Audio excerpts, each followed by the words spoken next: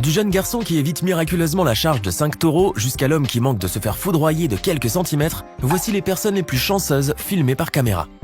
Dans une ville espagnole se déroulait une fête taurine et, comme dans toutes les réjouissances de ce type, un lâcher de taureaux eut lieu alors qu'une dizaine de personnes trop curieuses rôdaient encore tranquillement sur la chaussée.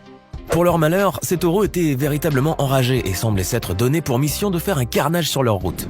L'un de ces promeneurs malchanceux était un adolescent vêtu de noir. En voyant la férocité des taureaux particulièrement déterminés à l'attaquer, il n'avait qu'un désir, sauter par-dessus les clôtures en bois qui bordaient la chaussée. Entre une demi-douzaine de taureaux endiablés, il essaie donc, au péril de sa vie, de les éviter. Si le jeune garçon sort indemne de toutes ces attaques acharnées, il doit sa survie entièrement à son ange gardien. En effet, il a eu une chance inimaginable. Sauvé une première fois par une esquive involontaire, une deuxième fois par son placement entre 2 taureaux effrénés, une troisième fois par la collision de 2 taureaux dont l'un menaçait de fondre sur lui, et enfin une quatrième fois en sautant au bon moment par-dessus la clôture. Cette série de menaces a dû sérieusement l'affecter et peut-être à l'avenir sera-t-il plus prudent au moment de flâner dans les rues espagnoles. Richard Henriksen est un chirurgien norvégien si passionné de sports extrêmes qu'il en est devenu célèbre. Il s'était rendu un jour au sommet d'une falaise haute de 1200 mètres d'altitude pour réaliser des acrobaties sur une barre fixe tenue entre 2 poteaux. Pour réaliser des tours de gymnastique à quelques pas d'un immense abîme, il faut avoir l'estomac bien solide et des dizaines d'années d'expérience comme Henriksen. Les images montrent à quel point sa prouesse est dangereuse, mais pour vous rassurer, sachez qu'il a survécu à cet exercice et qu'il a obtenu plus que ce qu'il désirait, c'est-à-dire sans conteste la sensation la plus forte qu'il ait jamais éprouvée dans sa vie. Mais à quel prix ?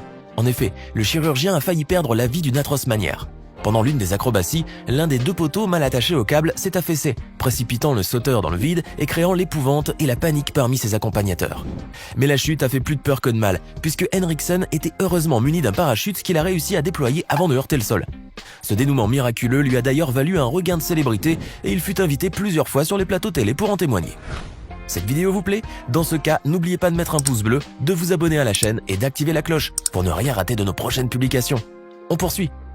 En 2018, le stade Moulay Abdellah de Rabat avait accueilli la 9e étape des épreuves de la Ligue de Diamant, une compétition internationale d'athlétisme.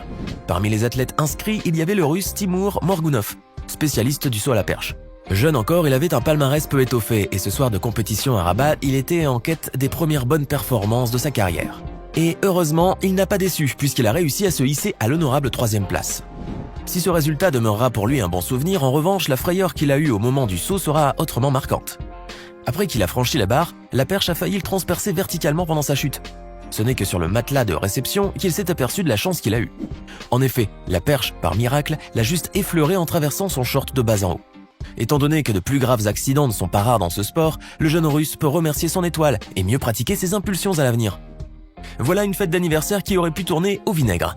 Une jeune fille un peu maladroite s'apprêtait à tendre à son amie qui fêtait ses 23 ans un gros gâteau à la crème, afin que celle-ci puisse souffler les bougies. Mais pendant qu'elle le déplaçait, la jeune fille a eu un peu de mal à maintenir le gâteau en équilibre. La pâtisserie lui glissa des mains, mais le pire a été évité comme par magie puisque son amie a eu le réflexe surprenant de s'en saisir à temps sans que le gâteau ne soit déformé.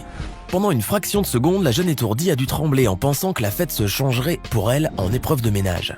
D'ailleurs, à la voir riant aux éclats, on ressent trop bien son soulagement. La joie et les rires pouvaient donc se poursuivre. Romulus McNeil est un homme de 50 ans qui travaille en tant que conseiller d'orientation en Caroline du Nord. Ce jour-là, il était loin d'imaginer que le mauvais temps lui jouerait un tour aussi incroyable que ce qui allait lui arriver. Sortant de chez lui, parapluie à la main, il se dirigeait vers sa voiture pour commencer sa journée. Bien que les météorologues aient recommandé de s'abriter à cause des orages, Romulus est tout de même parti vaquer à ses activités. Rassurez-vous, rien de méchant ne lui arrivera et sa journée se passera comme à l'ordinaire, à une petite exception près. En effet, la particularité de sa journée, c'est qu'il a failli être frappé par la foudre. Dans les images, on voit la puissante décharge fouetter le sol à quelques centimètres de lui, si violemment qu'il en a presque perdu l'équilibre. D'ailleurs, il n'a pas manqué de décrire sa sensation. Il y a eu une grande détonation et un gros flash lumineux. J'essayais de m'éloigner le plus vite possible sans savoir ce qui s'était passé. C'était quelque chose de rapide, d'intense et de puissant et je voulais juste arriver à ma voiture. Il y a fort à parier qu'après cette expérience extraordinairement rare, Romulus y réfléchira à 2 fois avant de sortir en dépit des recommandations de météorologues. En plein milieu d'une autoroute, un motard qui roulait à pleine allure était sur le point de vivre une expérience dont il se souviendra toujours. Perturbé par le changement de voie d'un véhicule, il tente de décélérer afin d'éviter le pire. Mais malheureusement, la distance était trop courte et la collision inévitable. Jusque-là, rien d'inhabituel. Mais ce qui a suivi est déroutant. Propulsé en avant par l'impact, le motard, par un prodige de réflexe, tel un gymnaste, atterrit en position accroupie sur le toit de la voiture, sans vaciller, comme lors d'une cascade en plein tournage d'un film d'action. Après quoi, il attend tranquillement que sa monture à 4 roues ralentisse pour qu'il puisse descendre. S'il n'a aucune blessure à déplorer, sa moto a dû être bien endommagée. Quoi qu'il en soit, tout finit miraculeusement bien et le motard se rappellera que son habileté athlétique l'aura probablement empêché ce jour-là de se rompre le cou. Au large de l'île Guadalupe, un moniteur de plongée chinois a eu l'idée peu rassurante de voir les requins de plus près sous l'eau, dans une cage d'observation. Bien équipé et armé de sa longue expérience, il descend dans la cage tandis que le redoutable prédateur s'agite à proximité des barreaux. Si cette courte aventure s'est terminée d'une heureuse manière, toutefois le plongeur et son équipe ont vécu des secondes d'effroi et d'inquiétude bien palpables dans les images. En effet, le requin surpuissant avait réussi à briser les barreaux de la cage dont on ne voit que le sommet. Pendant quelques instants interminables, durant lesquels on n'aperçoit pas ce qui se passe sous l'eau, les membres d'équipage s'activaient pour venir à la rescousse du plongeur, piégé, et dont les chances de survie semblaient s'amenuiser à chaque seconde. Quand le requin émerge furtivement de l'eau et qu'on aperçoit une traînée de sang autour de lui, les chances paraissaient encore moindres. Mais l'expérimenté plongeur, en demeurant parfaitement immobile sous l'eau, s'en est tiré sans la moindre éraflure, contrairement au requin qui s'est blessé en cassant les barreaux. C'est alors un soupir de soulagement général sur le bateau.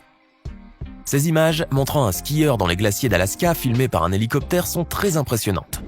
Un aventurier s'était rendu sur le sommet d'un de ces glaciers pour y skier et fournir aux caméramans de belles images destinées à un documentaire.